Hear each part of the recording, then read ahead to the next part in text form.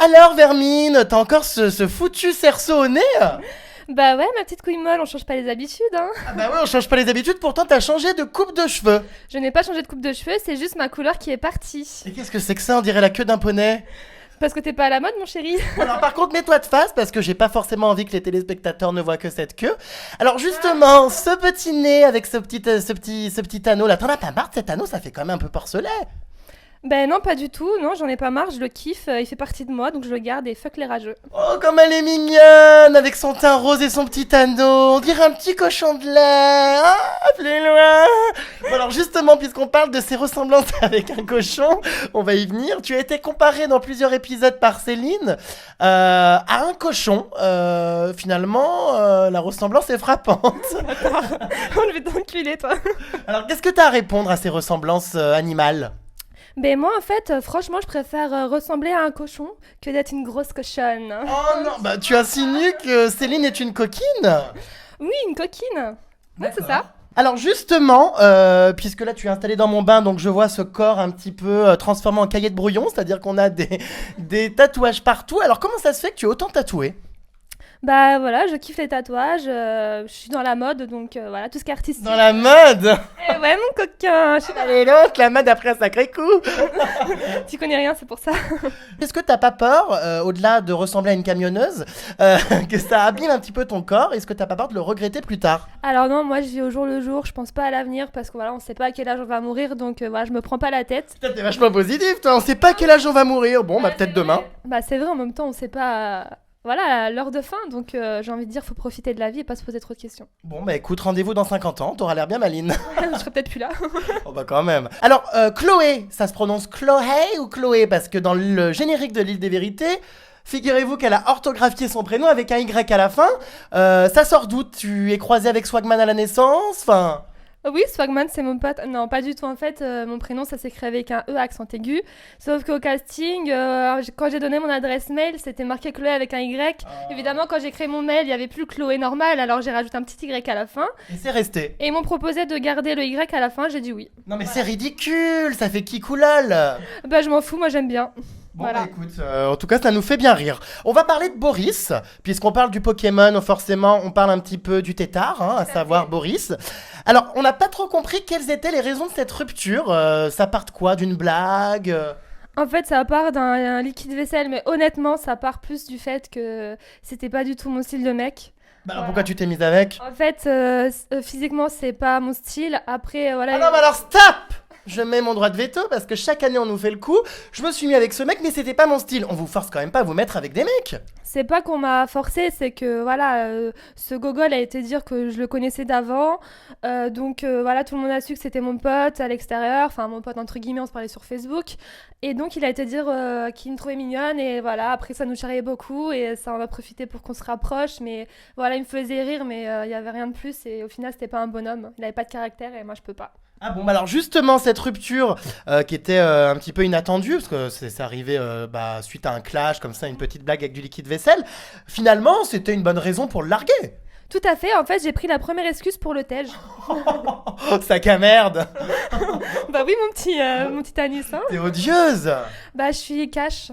Ouais, D'accord. voilà, je suis franche. Et voilà, c'était l'excuse qui me paraissait... déjà, j'avais pas envie de rester avec, donc j'attendais le bon moment pour lui dire. J'ai voulu lui dire... j'ai essayé de le prendre à part, il a fait le mec, ouais, non, moi je viens pas, je suis un bonhomme. Et t'es pas un bonhomme, mon gars, faut arrêter. C'est une tapette, il a pas de caractère. Non, mais je suis désolée, je suis franche, voilà, je mâche pas mes mots, mais c'est pas un homme pour moi, voilà, il a pas assez de caractère, il dit pas les choses, il est pas franc, voilà. Bon, alors au-delà d'un manque de caractère, qu'est-ce qui te dérangeait chez lui? Est-ce qu'au moins t'as apprécié les roulages de patins et les secouages sous la couette? Alors, il n'y a pas eu de secouage sous la couette, il n'y a pas eu de roulage de patin. Évidemment, on se faisait des smacks, mais c'était des faux. Voilà. Ah bon, les lèvres rentrées. Voilà, on faisait exprès, on se touchait à peine les lèvres et voilà. D'accord. Je voulais pas l'embrasser, quoi. Pourquoi? Bah, je voulais pas l'embrasser. Mais pourquoi? Bah, je sais pas, j'arrivais pas, j'avais un blocage. Mais franchement, j'ai essayé de l'embrasser, mais ça me dégoûtait, j'avais envie de vomir, donc je préférais faire des faux bisous. Carrément! Mais il est pas non plus ignoble, t'exagères, furoncle. Ah bah, non, franchement, voilà, ça peut être le style de certaines filles, mais pas du tout le mien, quoi. D'accord. La Franklin, tu sais, la tortue. Et c'est Franklin. Ah oui, bah oui, remarque-toi aussi un peu. La petite tortue et le porcelet. C'est mignon, ça ferait un joli dessin animé. Bon, en tout cas, lors d'aujourd'hui, vous êtes encore en contact ou c'est la guerre? Bah, je pense qu'après avoir vu cette interview, ça sera la guerre. Voilà. Non, non, on n'est pas en contact, on se parle pas, il y a plus rien. Il te manque pas? Pas du tout. Ah bon, bah écoute. Ce qui est marrant quand même, c'est que dans l'île des vérités, là je t'écoute parler justement de ton couple avec Boris, j'ai l'impression que tout est fake en fait, que vous êtes tous là à vous mettre en couple pour exister à l'écran. Non, en fait, bah moi, j'avais pas besoin de me mettre en couple pour exister. Voilà, j'étais une petite peste. Voilà, je faisais ma vie. On est d'accord que sans mec, tu n'existes pas.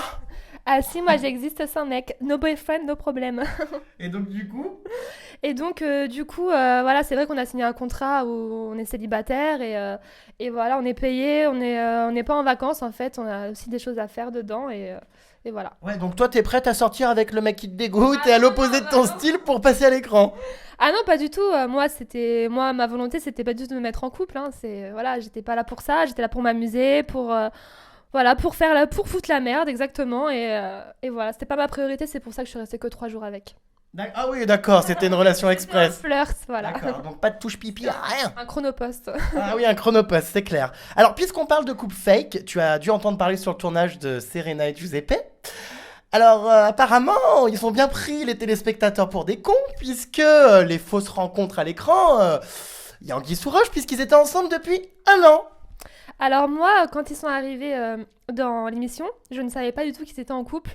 Mais j'avais des soupçons parce que voilà, ça se voyait qu'ils étaient déjà proches, qu'ils se connaissaient déjà bien. Et au final, quand je suis sortie de l'émission, j'ai appris qu'ils étaient en couple depuis 1 an, ouais, par une amie qui les connaît bien. Aurélie connaissait très bien Serena. C'était une amie à elle, et enfin, ça l'est toujours, je pense. Et non, pas du tout, bon, ça l'est plus. Et donc, elle est partie dire à la prod que Serena et Giuseppe étaient en couple depuis 1 an. Ah, et comment a réagi la prod? Bah, très mal, parce qu'elle a failli virer Serena et Giuseppe. Ah mince. Parce qu'ils l'ont fait à l'envers à la prod, en fait. D'accord. Et Bon. à nous. Bon, bah en tout cas, ce qui nous l'a fait à l'envers chez toi, c'est ton nez. Alors, depuis tout à l'heure, j'observe ce petit museau pointu. Mais qu'est-ce que c'est que ça? Mais c'est un nez. T'as vu ta gueule? Bah oui, justement. Ah non, mais ce nez, il est pointu crochu. Il y a beaucoup d'internautes d'ailleurs qui m'ont demandé quand tu comptais te le faire refaire. Eh ben jamais, pour vous faire chier, je le referai pas. Tu le gardes? Tout à fait, Mais- c'est mon nez. mais Il du coup, fait t'as- mon charme. Ouais, ça fait ton charme, mais du coup, t'as pas peur que ça te ferme des portes à la télé? Pas du tout. Bah toi, tu t'es bien à la télé, t'as vu ta gueule, donc excuse-moi. Oh, on se calme. Pas d'insultes dans mon bain, Furon, sinon tu es éjecté comme une malpropre. Bon, puisque tu fais la maline, on va parler de ton rôle dans l'île des vérités, à savoir le rôle d'un toutou, hein, avec Beverly. Donc, pas mal d'internautes sont d'accord avec moi. Tu es sans arrière derrière Beverly. D'ailleurs, elle t'a mis une laisse dans l'un des épisodes. Alors, c'est quoi ce délire? On dirait que quand Beverly est arrivée, tu t'es senti pousser des ailes et tu as tout à coup changé de personnalité. Tu es devenu un petit peu, le petit santon qui suit la reine. Alors non, c'est vrai qu'au début de l'aventure, voilà, j'étais un peu la peste avec la grande gueule. Et quand Beverly est arrivée, j'ai trouvé vraiment une alliée. C'est vrai on avait vraiment les mêmes délires, on s'entendait super bien. C'est vraiment une bonne pote à moi. C'est devenu ma meilleure amie dans l'aventure. Et en fait, comme on avait les mêmes délires, on faisait des conneries ensemble, etc. Après, les gens peuvent dire que oui, je suis son toutou. Moi, ça me faisait rigoler, elle aussi. Donc c'est pour ça qu'on en jouait. Ça nous atteignait même pas parce qu'on savait très bien qu'on était juste potes. Et c'est vrai qu'entre potes, on fait des conneries. Et nous, c'était notre cas. Mais ça va loin quand même, elle t'a quand même mis un collier et une laisse. Mais on était d'accord toutes les deux, on a voulu en jouer, on a voulu se foutre de la gueule des gens qui nous critiquaient, et donc voilà. Hein. Nous, on se prend pas la tête en fait. Quoi, les gens peuvent penser ce qu'ils veulent, et ben nous, on s'en fout quoi. Bon, à partir d'aujourd'hui, on peut donc te renommer Chloé la chienne. Ouah Ah bah je sais pas, un collier et une laisse. Non, je suis Non. pas une chienne. Et d'ailleurs, t'as un joli collier, il est aussi large que ton nez. Hein? Je plaisante. Bon, alors reparlons de candidats qui ont marqué justement ces épisodes, Xavier et Tatiana. Qu'est-ce que tu penses d'eux? Est-ce que tu penses, comme beaucoup de gens, qu'ils sont vraiment des acteurs hors pair et que tout était joué chez eux? En fait, Xavier et Tatiana sont très intelligents, comme j'ai déjà dit dans une autre interview. Oui, mais là, c'est pas une autre interview, c'est la mienne. Je meurs. Je hurle. Je vis. Bon, allez.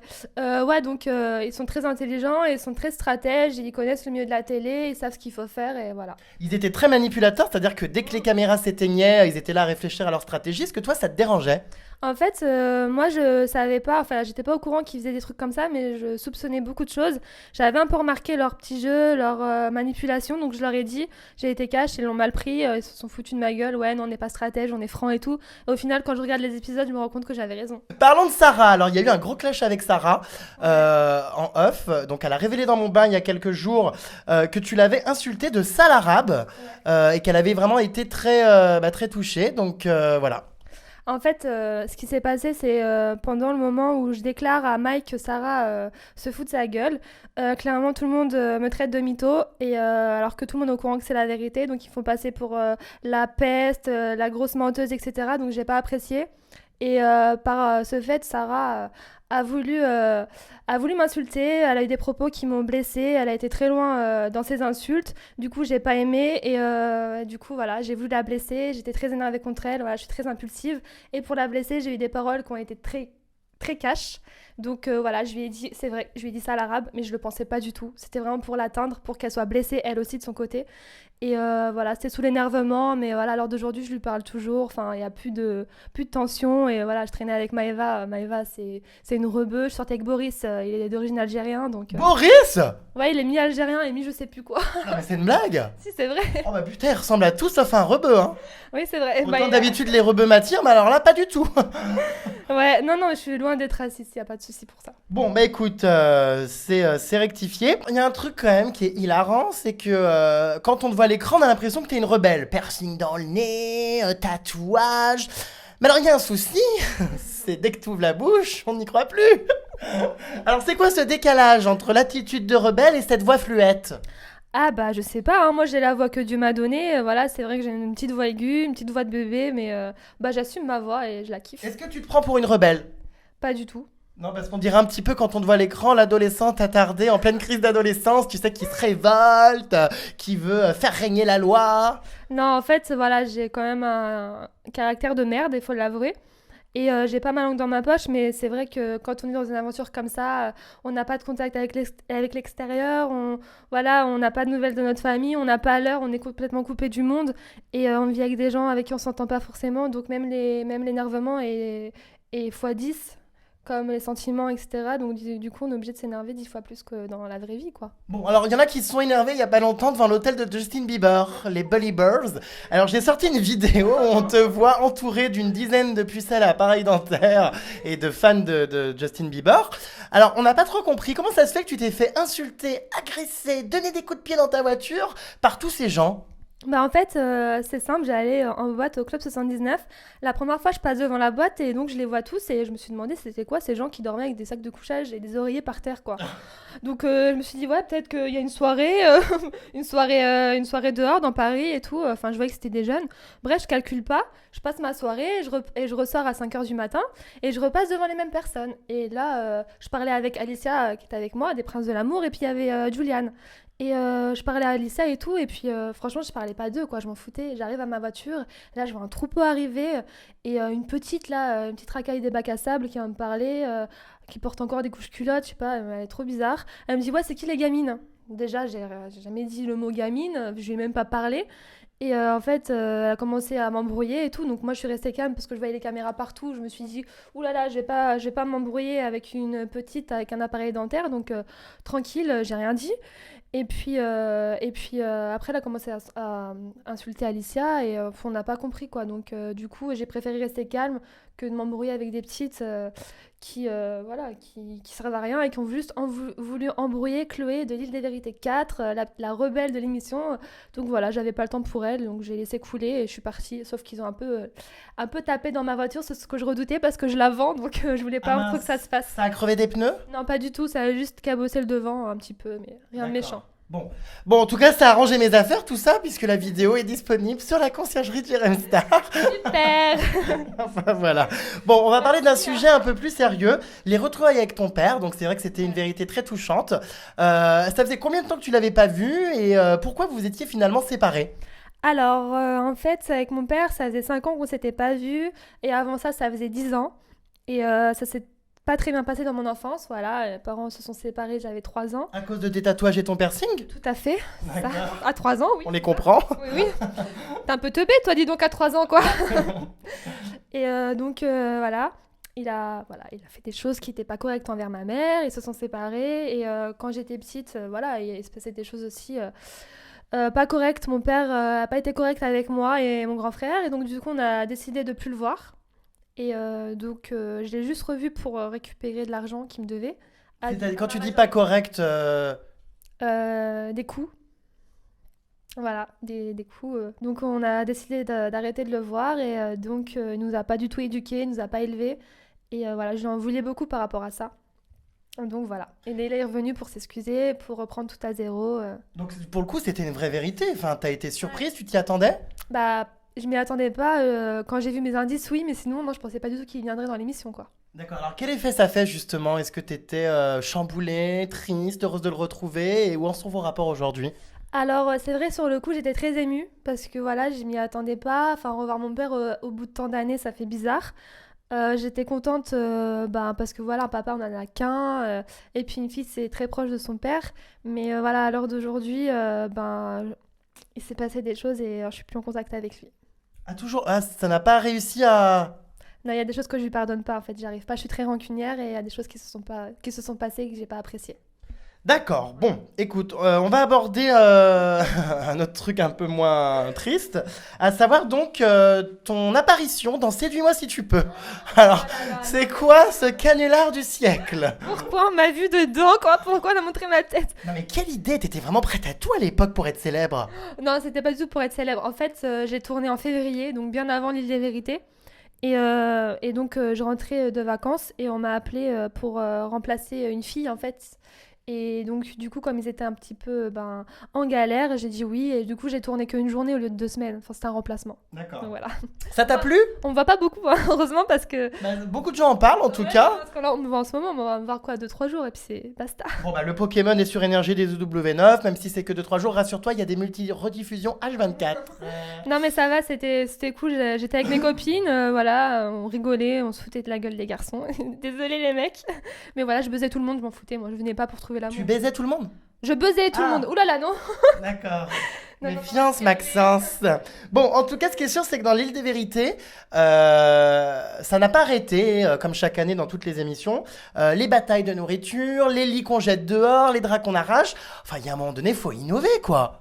Bah ouais, mais en fait, dans la maison, il n'y a pas grand-chose à faire, quoi. Mais vous avez quel âge? Bah c'est ça. Mais en même temps, on nous demande de s'énerver jusqu'au bout, donc on prend ce qu'il y a sous la main. Donc Oui, voilà. enfin bon, les histoires de je jette ton lit dehors, je t'envoie du Nutella dans la tête, c'est chaque année pareil. Il faudrait peut-être quand même innover, c'est un peu Bah, puéril. je ne savais pas que c'était chaque année pareil, parce que c'est la première fois que je regarde l'île des vérités. Avant que j'y participe, je ne connaissais pas. Genre, la meuf, elle est derrière sa télé tous les soirs, mais depuis 5 ans, mais non. Non, vraiment, je connaissais. En fait, j'avais regardé l'île des vérités 2 vite fait, parce que j'avais vu Aurélie dedans. Mais voilà, je regarde pas trop la télé quand je travaille, donc voilà. Ah, tu travailles? Oui, je Ah, travaille. donc quand on est candidat de télé-réalité, on a un job. Tout à fait. Alors, quel est ce job?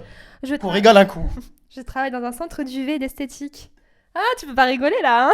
Bah, un peu, mais pas trop. Mais t'étais pas coiffeuse avant? Si, si. D'accord, ouais, c'est un petit peu tu touches à tout. Demain, tu seras boulangère. Pas du tout, non. Non. Non, mais en fait, je suis esthéticienne, coiffeuse et maquilleuse. D'accord. Voilà. Ok. Bah, en tout cas, ça se voit pas. Non, je rigole. Bon, Je crois que je vais te donner mes services, t'en auras besoin. ah bah merci, au revoir. On va justement parler d'une ligne de vêtements que tu as lancée.